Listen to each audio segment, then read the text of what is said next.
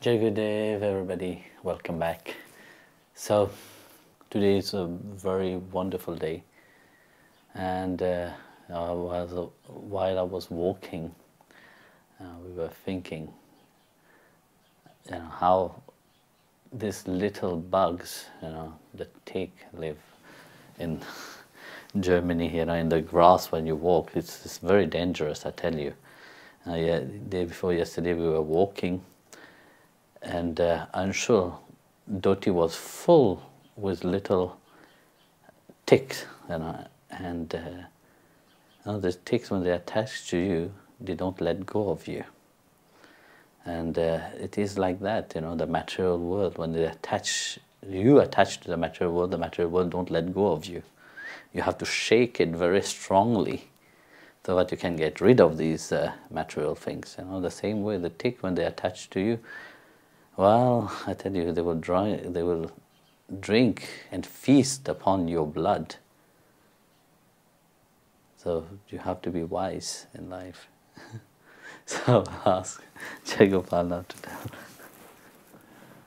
Jai Gurudev Guruji, if I am a brahmachari and someone falls in love with me, what is the best attitude that I should have towards that person if it's not possible to physically stay away from them? Firstly, like you said, you are a brahmachari. So a brahmachari should not bother about anything about other people. So strictly, you have to stand point upon what path you have taken. That have to be clear for you. But if that is not clear, that person, people may fall in love, with whoever. Very often, actually, the people of the outside, they look towards the brahmacharis and brahmacharinis. Well, not much to brahmacharinis, because I see the brahmacharinis are more focused upon their decision more than brahmacharis. So, you see, you have to be clear about it. If you are clear about your position as a brahmachari, then that should not bother you. And also, you know very well, if you have taken a certain path, you have to honor that path. So, knowing that you have taken a path to dedicate your life to God, and temptation will come. Maya will come in many forms. It will come in the form of things outside. It will come in the form of people which you feel you will be tempted. But bearing in mind that that is not your path. As much as you're clear about your path, that will not bother you. But if that bother you, then for sure you will fall. And when you will fall badly. Because why I'm laughing here, people doesn't realize, the karmic effect from both sides. As a brahmachari also, there's karmic effect, and from the other side also.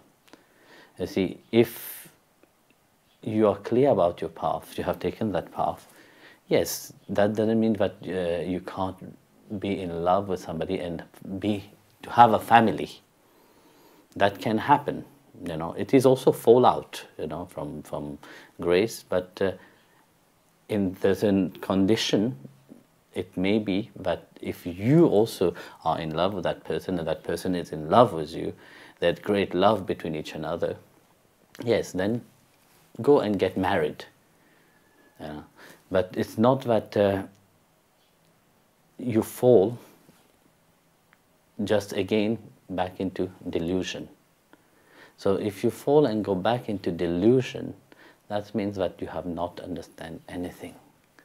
And that you can see clearly, in very often actually it happens. And of course, if it don't work, then you will have to bear the karmic procedure for that also, that will come maybe later on in this life itself. So from, like I said, if not in one side, if both of you are together and go on the spiritual path and are happy and living your spiritual life together, yes, it's fine. But I have seen that how many people are truly happy into that. Because you see, when one goes on the spiritual path, like one goes into the deepness of surrendering themselves. You know, surrender, of course, is a very big word and a very difficult. Not everybody is called up for that. But if one have taken shelter and said, yes, that's what I want, if that goal is clear itself, you know, then there's no point about this. This is again come into how much you're educated into that. You see, because once you're educated, you have that spiritual education and you pursue towards that. You know, Lord Krishna said in chapter 13, chapter 12, verse 13, but those constancy in the path of knowledge, you know, and whose mind, you know, is fully absorbed towards that, how you say, longing to know that divine awareness. So for them, they are not diverted from anything. You know. So when we see that and really analyze what you just said right now, you know, especially if you know very clearly you have taken a path where you have to dedicate yourself, that means your spiritual pursuit towards the absolute must be clear also. That aim must be clear. You know, if that aim is not clear, then it is difficult. Now, so people fall, you know, into fall from grace. This is how it is called, because of the lack of knowledge, lack of really having that deep understanding why this human life have been given to them. Firstly, why they have been called to a certain path itself. So if they lack that understanding, of course they will fall down. So guard yourself well. That's what I will say. If you have taken to dedicate your life, don't let Maya come in any form to snatch you from that. If you, of course, if you can resist that, you know. And firstly, secondly, let your mind be absorbed into God, not your mind be absorbed into the outside. If your mind is absorbed toward the outside, of course, then your mind will run toward the outside. And if you let your mind run toward the outside, of course, there will be opportunity for you to fall. So it is a constant practice to focus yourself and be really centered in knowing who you are. You know? So it don't happen from one day to the other. It's not because you're living in an ashram, you think that it is easy. It's not because you are dear to Guruji that it become easy. No, it is a constant practice, but you have to put towards yourself, you know. But you should not let yourself be tempted from the outside. So, but if you let yourself be tempted to the outside, like I said, how long would you be happy? You know? So think about it. That drama, you're letting go of your path for what?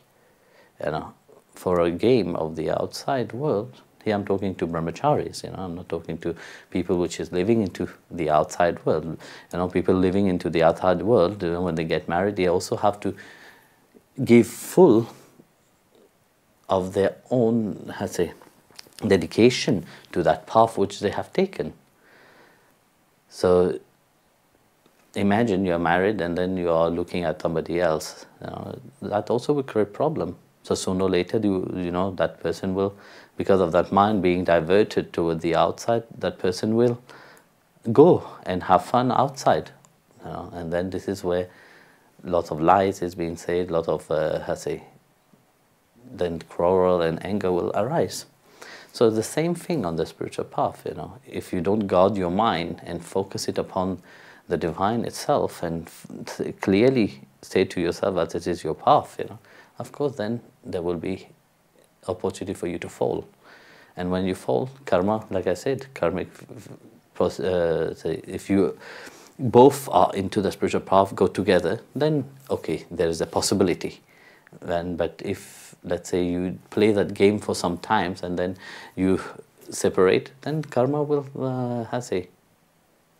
you will have to bear the consequence of karma. Like it said in the scriptures, the women who do such things, they will not be spared from that. They will be born as female dogs, bitches.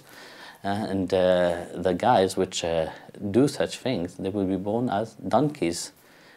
So it doesn't matter. This is your future life, maybe, But even in this life itself, you will be miserable and unhappy because you have break that flow of energy which is inside of you. So when you break that flow of energy which is inside of you, of course your Atma, which is longing for something greater, will self-curse you for it. So you self-curse yourself in a reality.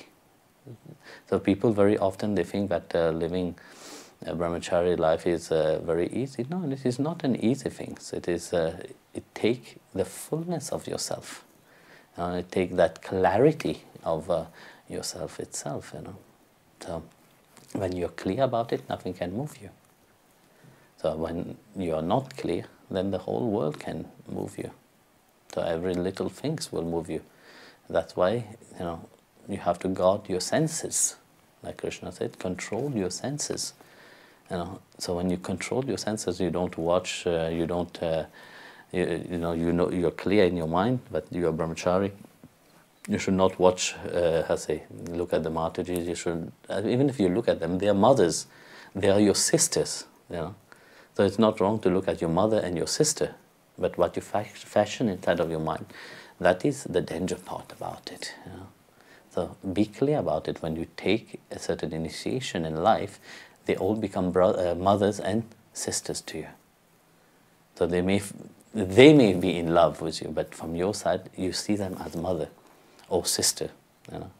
So when from your side you're clear, then they can't. They can be in love because they are maybe they are into the mundane world outside. So if they're into the mundane world outside, they can think whatever they want. People are free to think whatever they want. Because they are so dumb, of course they will think whatever they want. But they don't know. By touching fire, by approaching to fire, you will feel the heat. By touching it, you will get burned. Now bear that in mind. But that's what is the spiritual path is about. So if you honor your path, and like I said to you, I didn't say that it can't happen. It can happen when both of you are in love. But then you can step out of brahmacharya to get married and form a family. That is possible. Dear Guruji, you mentioned that with life, if the plan A does not work, there is always plan B. But what is the difference between the two paths? Is plan A quicker to reach God, or is there more to it? Look, the divine have always a plan. So first, he brought you on a certain path, and give you certain experience. If you can handle that experience, then the plan A become the salvation. But if it don't work, then he will act into putting the plan B. So that both plan actually will bring you to the same place. It's just the time and how you handle the situation. Because opportunities is always given. So sometimes plan A don't work, plan B don't work, plan C will work. So at the end, it is always for your good that the Lord bring into certain aspect for yourself. Because if why do you think the Guru and God is here? Not for themselves, They come to remind you of who you are, because you have long time forget about that. So because of that relationship that they have with you, and I'm not talking about your body, I'm not talking about your mind or your intellect, I'm talking about your Atma itself. So they come as a reminder of you being awake, you know. So you are not separate from everything. You are part of, you know, the divine is part of everything, but you just need to find him in whatever you do. So like that, he put a certain plan, you know. So your Atma, when it come with a certain dharma. Yeah.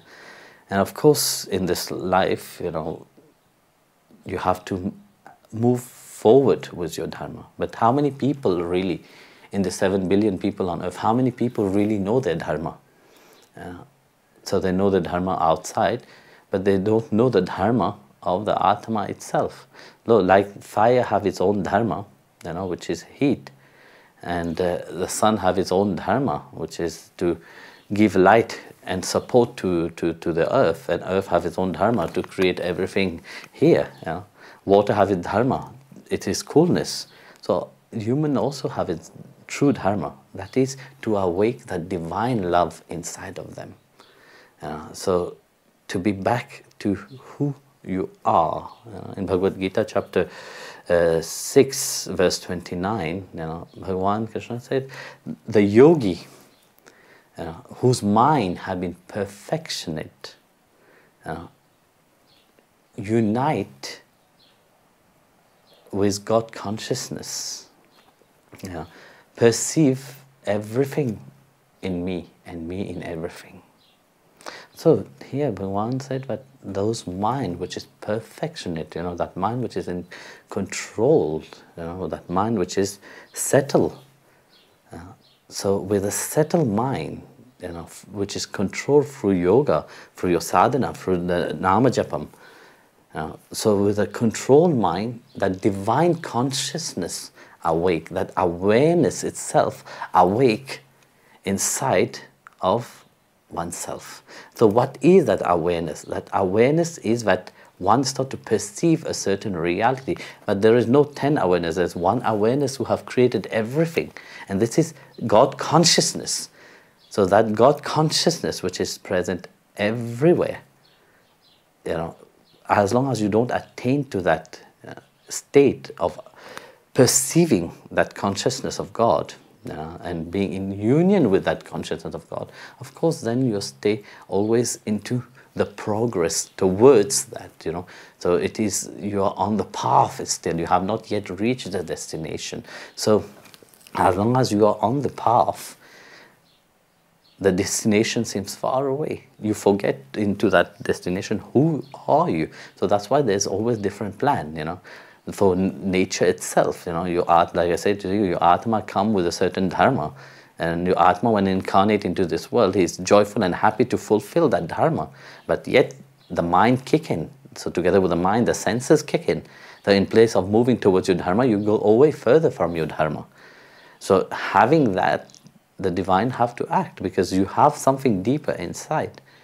And as for a devotee, the divine, you know, long also for the devotee, the same way the devotee have that feeling that I love God, you know, I want him.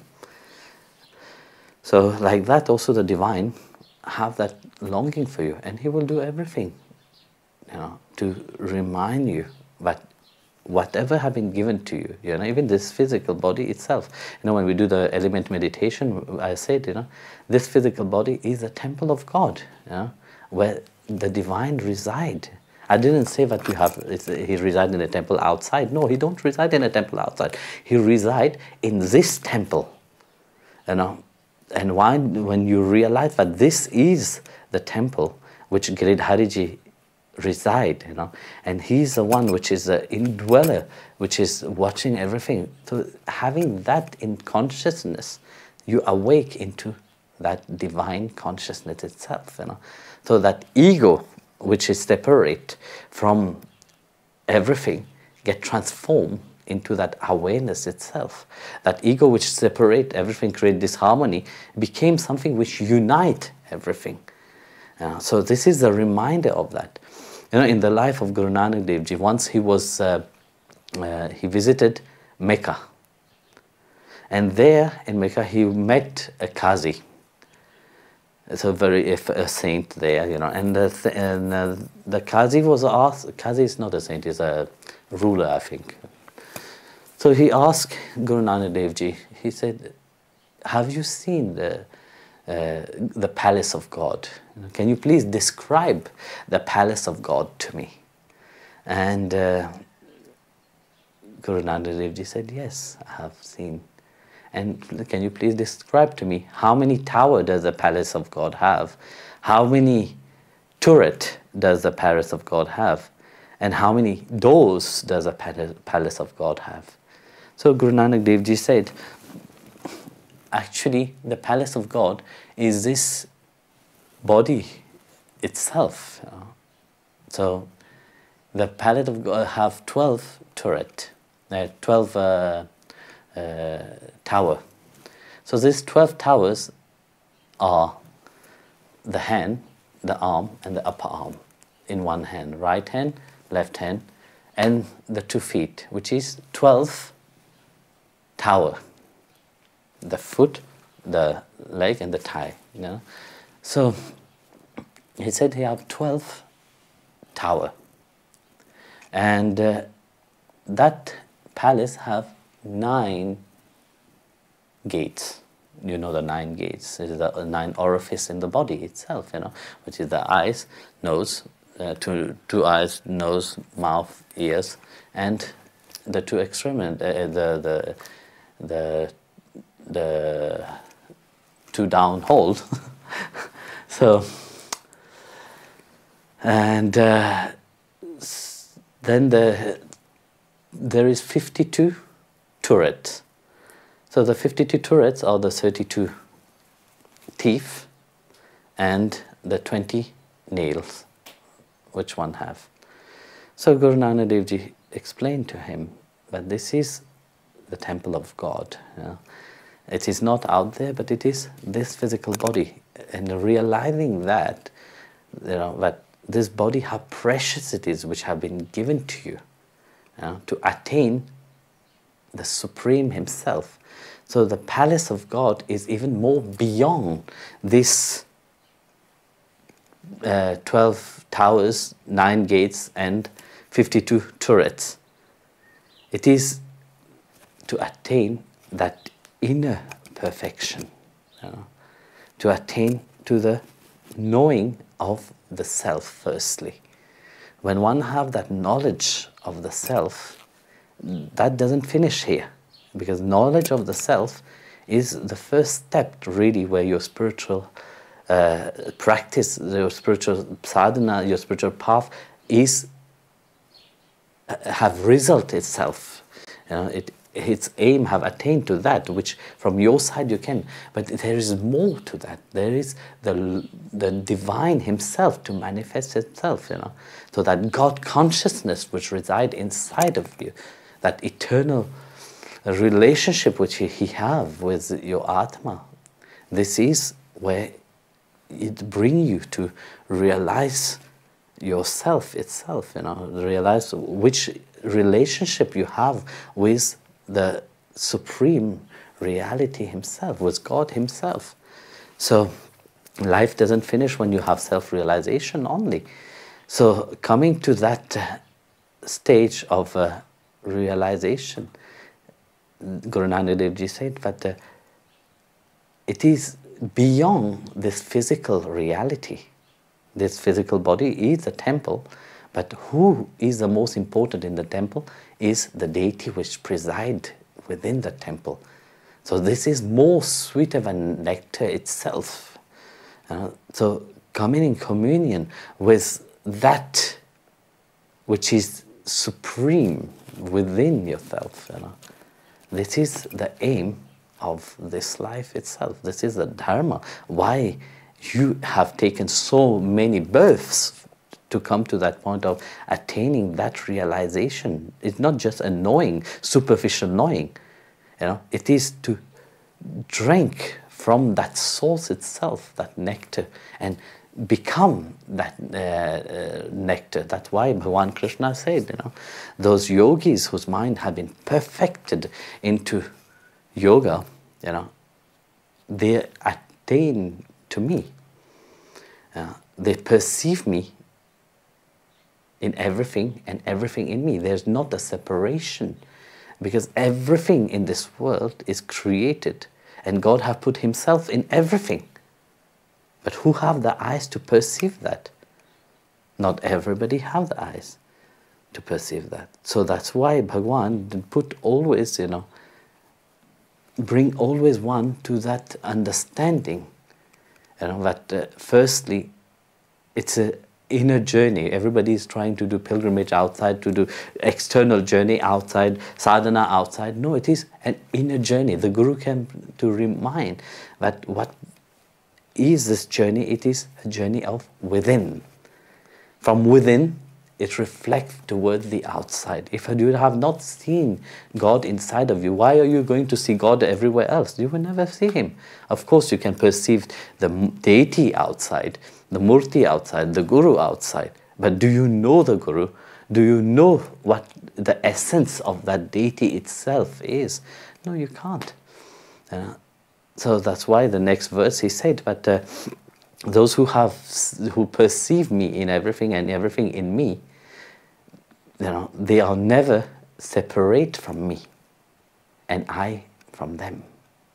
It's so beautifully how he put it, that those who attain to that divine consciousness, when God consciousness awake into that mind of those who is surrendered to Him, there is not a separation where Bhagwan become dearest to the devotee, and the devotee become dearest to him, the beloved and the lover.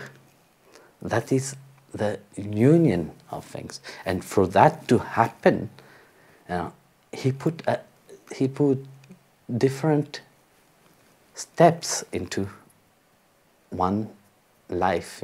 So he said, if this one don't work, it's fine. He planned a second planning for you. And actually, your Atma itself plan it.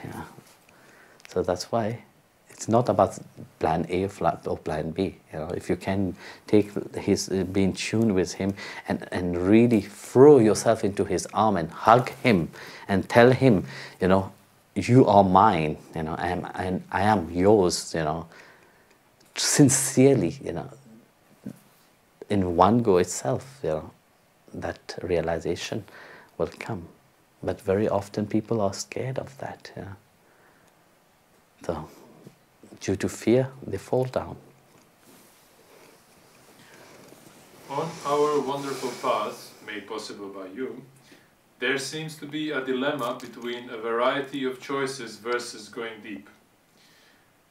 Should new devotees focus on new things and try to go deep, or engage in many activities to get the full picture in your teachings?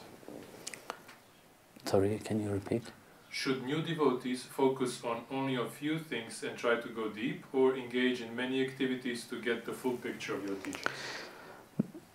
Look, if you are a new devotee, I think you should go step by step. It's of no use really focus on your mind on so many things. Have the basic firstly. If you understand the basic, then you will be able to go step by step. If by diverting your mind in so many activities, you will never be able to handle it. Because at the beginning, you are very excited to do everything. And of course, that excitement, it is good, but it will exhaust you. So that's why at the beginning, first learn the basic. Then from there, don't stay always on the basic. Grow step by step, little by little. Get to know more about the teaching, about what you can participating about, and especially about educating yourself about your spiritual path, which is very important. Because if you don't educate yourself and really know where you belong, then it's of no use. You will have many, direction, many activities. You will lose yourself into the many activities. Even if you are very enthusiasm into it, you will see that, quickly you go in and quickly you will go out also. You will not really appreciate anything. So do step by step and take your time to grow into it. And understand, this is very important, that you have the right understanding, especially about your spiritual path, about where you want to, what you want to achieve really from that. In yesterday's satsang, you explained that we create our own problems in life. In earlier satsangs, you have explained that we have absolutely no control over anything in our lives, not even a toothache, you said. This seems like a paradox. Can you please explain a little more? My goodness, why you have to, compare the two? It all depends upon the question itself, So if your consciousn's it's based upon the divine consciousness, you will know that everything, it is not into your hand, it is in God's hand. But in the second question, you have a mind, which is running in all direction. Your mind which thinks that you are in control of everything. The mind which is so proudful, thinking, oh yeah, I can do everything. So here you have two qualities, you have these two figure, which is firstly in the first question, when you awake, with the mind is fully absorbed into divine consciousness and into God, then you perceive, yes, everything is ruled by God Himself. But into the second question, if the question is the same, you see that in spite of your mind have not, when your mind have not fully into control, your mind still create many realities. So then, what seeds you have been planted into your mind, that will become, that's in the form of the thought, that become your reality. So the second one, it is a limited thing that, yes, you are doing it. Because you see, here in this world, you see very well, when you do something, you feel proud and happy, yes, you have achieved something. I am doing this, I am doing that, that's the I, mine, and it's so big into this world, into the mind of people. And of course, then, yes, the ego or the pride, if you want to call it like that, it is, they are doing it.